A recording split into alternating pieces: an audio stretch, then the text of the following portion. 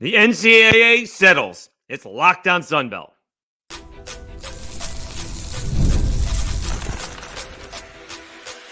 You are Locked On Sunbelt, your daily podcast on the Sunbelt Conference, part of the Locked On Podcast Network, your team every day. All right, Dave Schultz, Locked On Sunbelt, your team every day. Today's episode is brought to you by Gametime. Download the Gametime app, create an account, and use code LOCKEDONCollege for $20 off your first purchase. Terms apply. All right, we'll get to the baseball. Cajuns eliminated JMU with a huge comeback. We'll go over the rest of the action to Friday's matchups as well.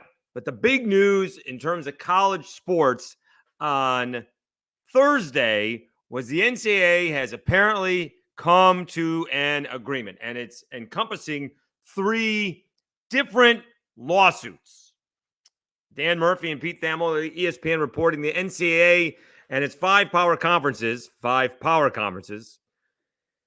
have agreed to allow schools to directly pay players for the first time in a 100-plus year history of college sports. The NCAA and its leagues are moving forward with a multi-billion-dollar agreement to settle 3 pending federal antitrust cases. The NCAA will pay more than $2.7 billion with a B in damages over 10 years to past and current athletes, sources told ESPN. Sources said the parties also have agreed to a revenue-sharing plan, allowing each school to share up to roughly $20 million per year with its athletes. Okay.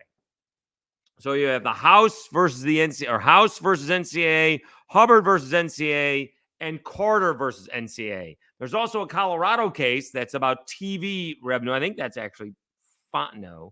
But that seems to be being put on the back burner for now. The judge still has to approve this. It's Judge Wilkin. It won't get approved until, reports in the story have it until July. And, you know, the colleges probably won't be playing players until 2025. It would be nice, looking ahead, if someone had some parameters for all of that. But the way the NCAA has been built over the last couple of years, we doubt it. This is what I do not believe at all, and I'm trying to figure out. Same story, ESPN.com. Several athletic directors told ESPN that they are hopeful the settlement lays groundwork for a system in which success on the field is less dependent on which schools can spend the most money. Sources said some of the challenges to solve include figuring out how to distribute the revenue-sharing money in a way that meets market needs while complying with Title IX laws, and whether schools can regain control of the marketplace for college athletes, which has been outsourced during the past 3 years to booster collectives, which pay athletes via name, image, and likeness endorsements. Okay. So this has really, as Ron Burgundy would say, escalated quickly. Bryce Young is entering his second year in the pros. This goes back to Bryce Young when, as soon as the Supreme Court said, these athletes can get paid, Bryce Young was going to be the starter in his first year of starting as the Bama quarterback. And Nick Saban tells the high school coaches in Texas, my quarterback's making $1 million. Whether it was true or not, we don't know. But that's where we are. So we're only in the 4th year heading into this. And we've gone from, you can't pay for play, and now they're going to pay for play. I'm still trying to figure out that one comment. Several athletic directors told ESPN that they are hopeful that the settlement lays groundwork for a system in which success on the field is less dependent on which schools can spend the most money. Who are they kidding? We don't think places like Alabama, although that has been struggling in NIL. LSU has been struggling with NIL. That's taken a couple of years. My Orange wanted no part of NIL until this season, and oh my God, they've started to recruit. But what about money for the Sun Belt? Where's that coming from? The Cajuns are $8 million in debt, and that's before this new stadium gets put together. Who's paying for that? Now, here's the one thing where people are going to overreact and probably shouldn't, okay? Regardless of the money, it's not like and I know Saban's gone, but Alabama can only get so many 5-star players, right? Same thing we just saw with A&M. All those 5 stars from a couple of years ago, where Saban accused Jimbo of paying them, basically transferred out. You can only get so many players. Now, there was a rule, and we'll see if that goes back with the transfer portal, because I saw Ryan Brown from the Next Round talk about it. Like, these kids are going to sign multi-year contracts, so they're not going to be able to jump around as much.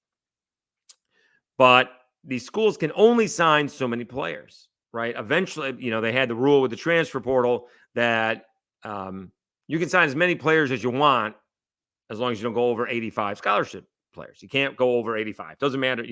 Before it was like you get 25 scholarships a year, give or take a little with the blue shirts and the gray shirts.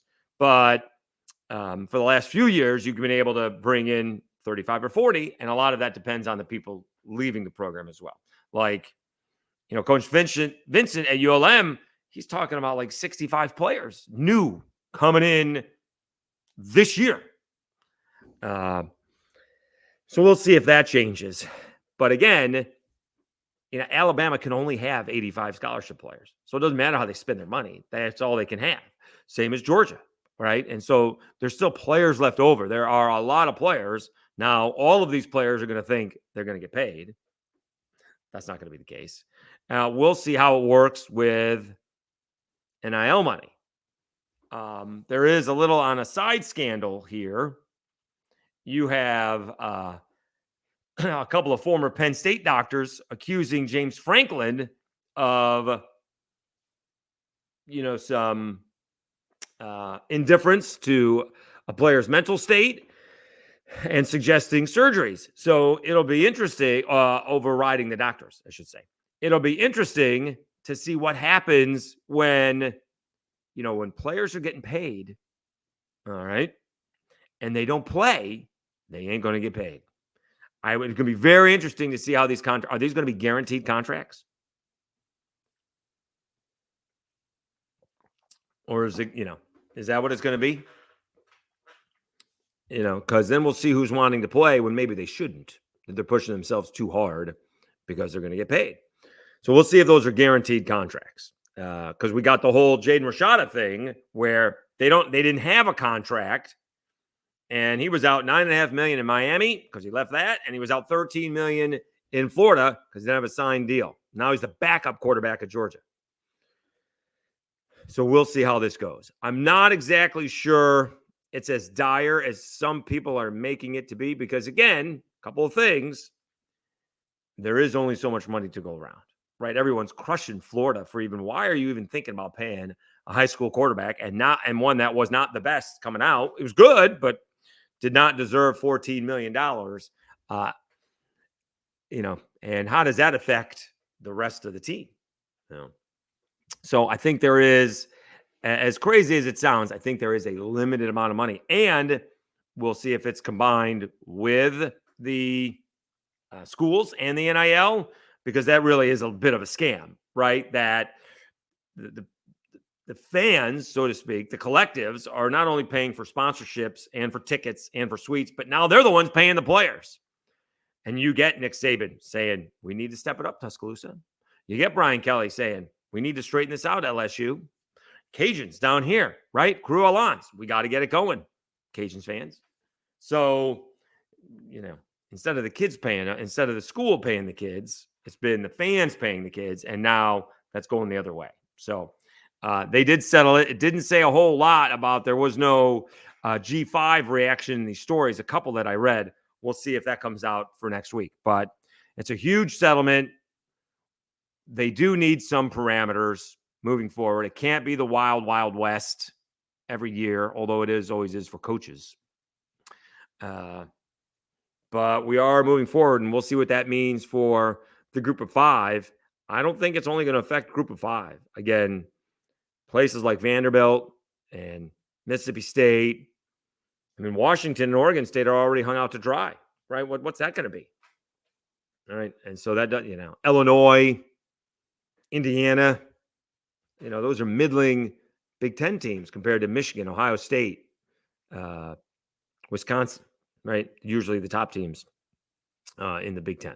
So that happened. All of that happened on Thursday. We'll see what happens moving forward. We may try to get, I don't know if I can get Mitt Winter on. He's a sports attorney. I don't have a radio show anymore. I need him to explain all of this. He's been coming on my shows for a couple of years. And he's been at the forefront of this, and he's really good. Played college basketball as well, and he's really good at explaining this. So we'll see. Maybe I can record an interview with Mitt and see if he wants to come on my show. All right, let's get back to the college baseball. It was not a good day for the Louisiana Ragin Cajuns. It was an amazing day for JMU. We will do that when we come back after I tell you about FanDuel and Lafayette Travel.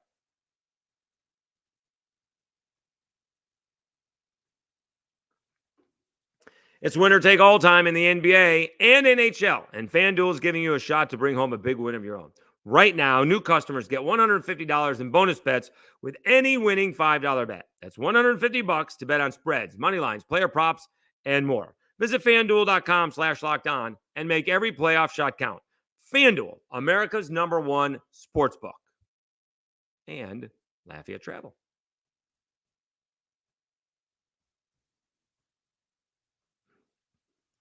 Escape to Lafayette, Louisiana, the happiest city in America, where every visit is uniquely seasoned with unforgettable experiences. Savor world-class cuisine, including mouth-watering boudin, savory gumbo, and piping hot crawfish, seasoned to perfection.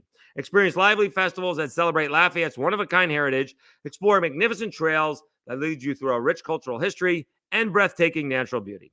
Discover the untouched purity of our cypress and tupelo swamps, where you can paddle past nesting birds and sunbathing alligators. Immerse yourself in the vibrant rhythms of Cajun and Zydeco music that can be heard any night of the week. Whether your passion is for our rich cultural history, the bustling culinary scene, or the distinctive blend of Cajun and Zydeco music, the happiest city in America has something for everyone. Start planning your adventure at LafayetteTravel.com/season.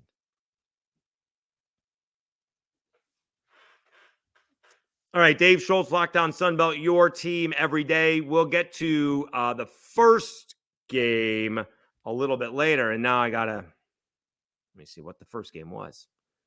The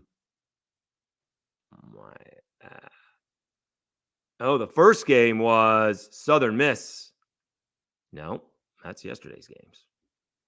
Let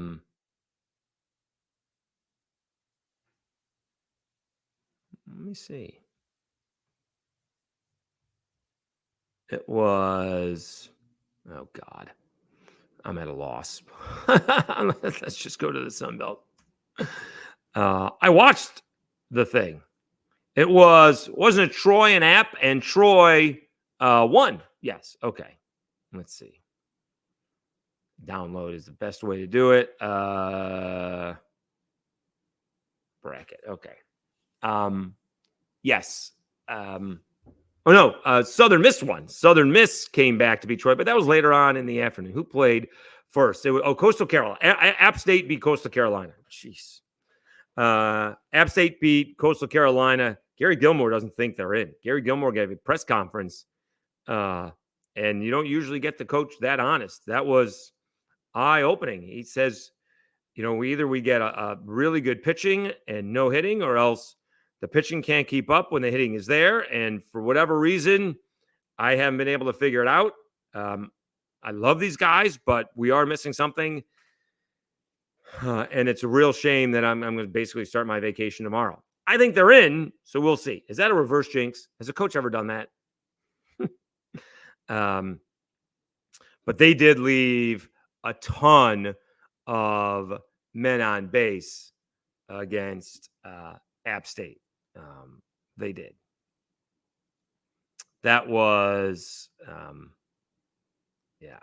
they left a bunch on base. So they just did not get it done. I usually have the box score here, but I don't seem to have that. I guess we can see if we can find it here.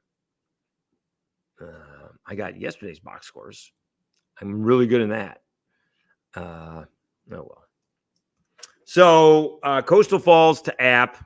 So Coastal is eliminated. But the big news on Thursday was the Ragin' Cajuns got eliminated. The regular season champs go 0-2. And I don't mind saying a little embarrassing. We'll get back to the Coastal App State game. Oh, I did have that. All right, I thought that was yesterday's score. So App State beat Coastal Carolina 6-3. We'll get back to that. Cajuns fall 10-9 to JMU. They didn't appear to be ready to play today, as they were not ready or yesterday, and they were not ready to play on Wednesday. Fluno on, again, 2 days short rest, as he had been, as so did Morgan. Gives up a wild pitch. Jose Torres with a pass ball, and it's 1-0, and it's runners on at second and third.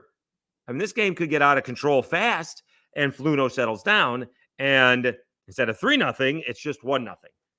Cajun bats go quietly in the second. Fluno goes 1-2-3 in the second. Then the Cajuns bats get to JMU, put up a 7 spot. It's 7-1. Of course, I jumped to the other conclusion where can the Cajuns just stick with Fluno, score, 4 or 5 more runs, and end the contest on a run rule. And then you have your whole bullpen and you're raring to go. Nope, that's not what happened. Fluno goes 3 innings. I need to figure that one out. I don't know how that happened. Fluno went a total of 3 innings. I wasn't even paying attention, I guess. I was looking at my phone, and LP Langevin came in. LP Langevin, the pitcher of the year, really good this season, hasn't been good lately. His last 5 outings, he got like a 7.7 ERA. I think I did it. I got it here. 14 runs on 14 innings, 12 earned runs, 7.7 ERA in his last 5 Sunbelt appearances. It may be a little bit more than that. It may be a little bit more than that with it gave up an extra run against JMU. But in his previous 10 performances, his previous 10 Sunbelt appearances, he gave up 2 runs in 24 2/3 innings. He went from like a 7.7 ERA, or he went from like a 0.7 ERA to a 7.7 ERA. And as we mentioned,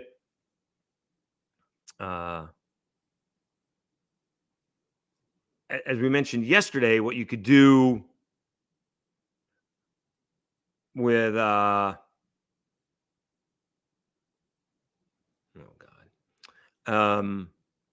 what the Cajuns could have done yesterday, right? Like Blake Morgan gave up a leadoff single to John Taylor, and you start chipping away.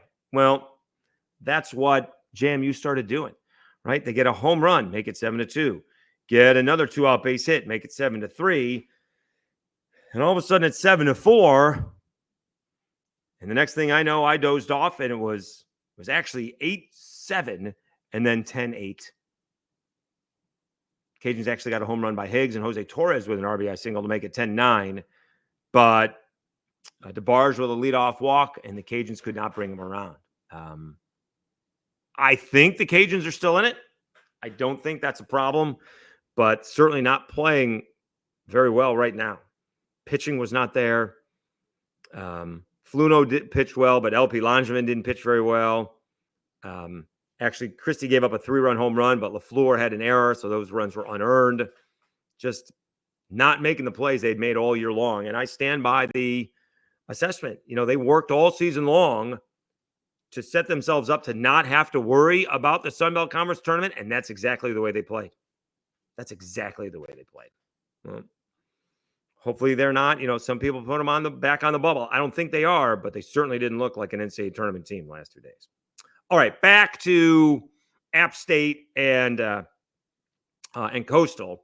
This was another really good game, right? And it was a little bit crazy. We had an illegal bat that took like a 20-minute delay, right? 2 pitches after that, maybe it was the next inning, the home plate umpire takes one right in the mask. He goes down. There was just a lot of things happening. The App State starter, Steensma, went down. He hurt himself. There was, something wrong with his arm. It was a crazy game, and it's 3-3. And it's the top of the 7th, and Coastal has the bases loaded, but 2 outs. They don't get a run home. App State responds, bottom of the 7th. They get a 3-run home run, 6-3. Let's go to the 9th. Coastal loads the bases with nobody out. Close strikeout on 2-2, but I'm one of those guys, boy, if it's too close, you better be swinging. And then the next guy hits into a 4-6-3 double play. App State advances, and Coastal, who was the preseason pick to win the conference tournament, may not even make the NCAAs. Let's see where they fell, if they fell all that much. They're 36, so they're sitting right on the bubble. By the way, the Cajuns down to 39. That's not as for sure thing as maybe it could be. App State moves on. Coastal, they think they're done. I'm not so sure about that. And JMU, what a comeback for them, right? That's the one team, because they have such a great schedule. Let's see where they've moved up to. James Madison still only 43. So they haven't moved up all that much after they lost in the opening game. But, will JMU be in now? All right, let's see what they do in their next matchup. Going on right now, by the way. Oh, you did have also Southern Miss came from behind to beat Troy. And that does not help Troy's cause at all. They were leading 5-3 in the 8th and give up 3 runs. I think the go-ahead run scored on a Baltimore chop off the dirt at home plate, and everybody was safe. And Southern Miss wins 6-5. They're solidifying themselves as a 2 seed for sure, and they're playing well. And currently, like last night, although tonight is starting much later because the games went longer,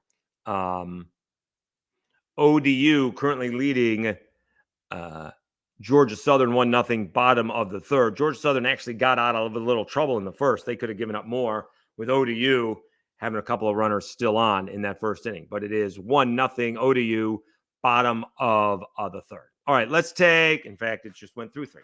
So let's take a timeout. We'll look at the matchups for Friday, and we'll do that after I tell you about Gametime ticketing.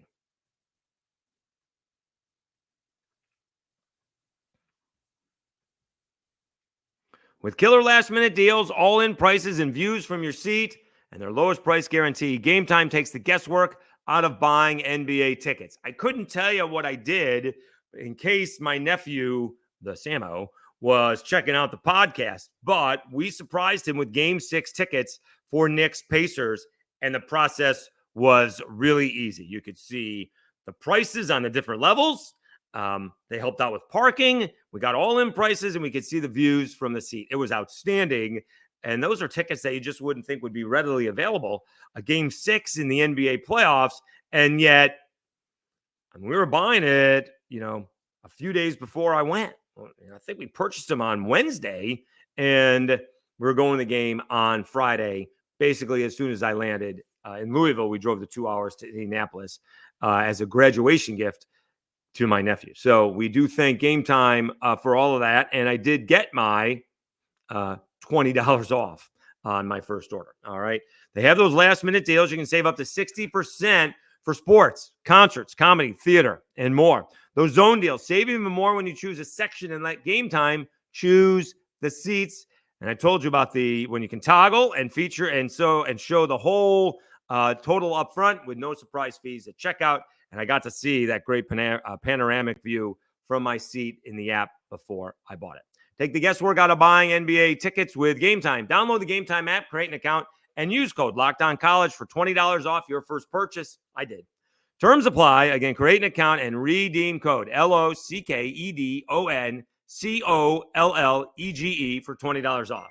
Download Gametime today. Last minute tickets, lowest price guaranteed.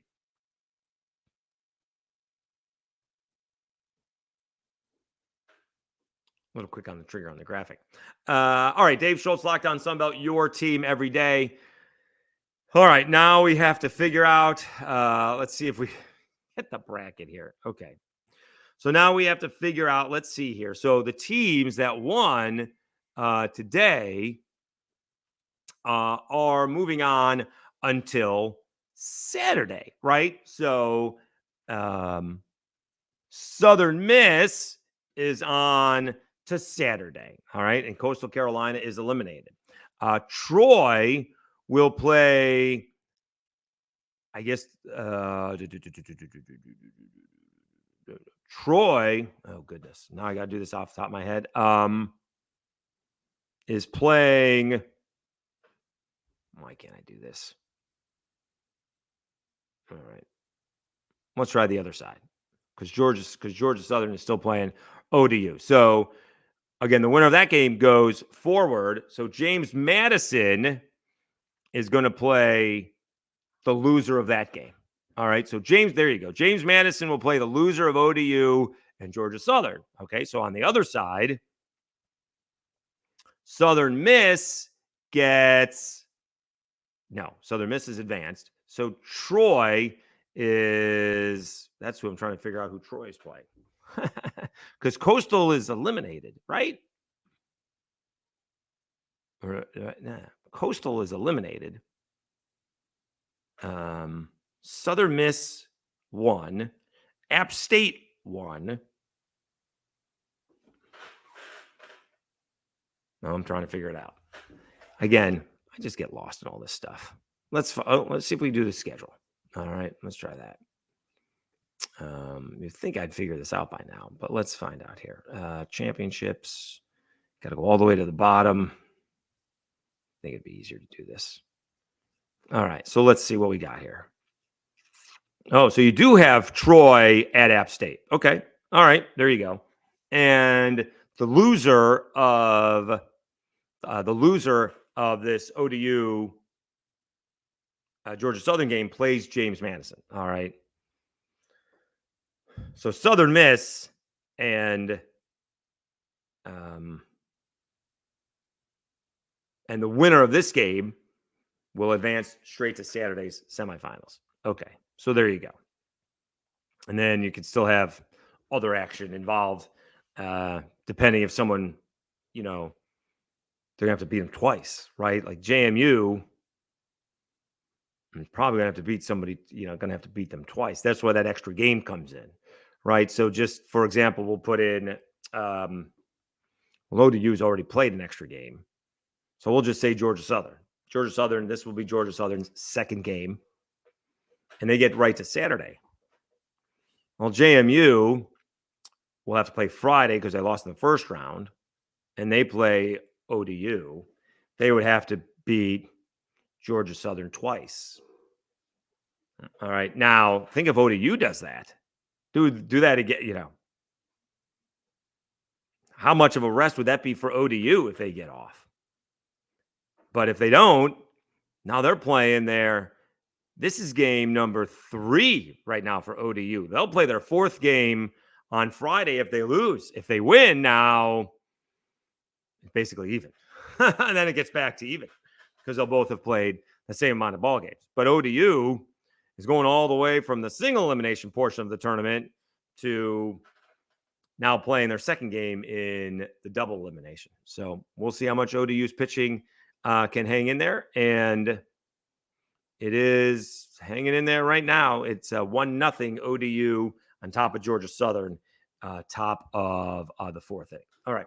We did have a comment in the on YouTube about talking about Texas State's stadium deal rights, and we got to do that. You're absolutely right. I apologize for getting that. Been constant, kind of tunnel vision on the baseball.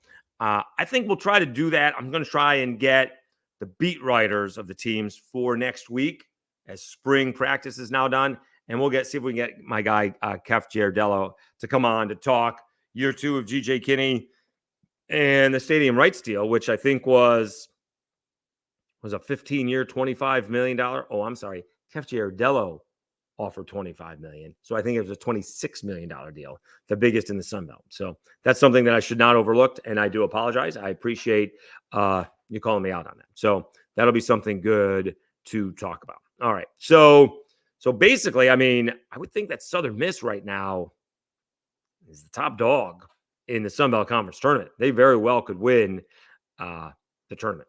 They would seem to be the favorite. ODU is playing well. JMU is playing well. Troy or App State going to be eliminated. So is that already the second time they're playing each other? So it'll be. Am I gotten that right? Hold on. Let me see that. Why don't I think that's correct? Let me see. It just doesn't make sense to me. Now I'm bothered by it.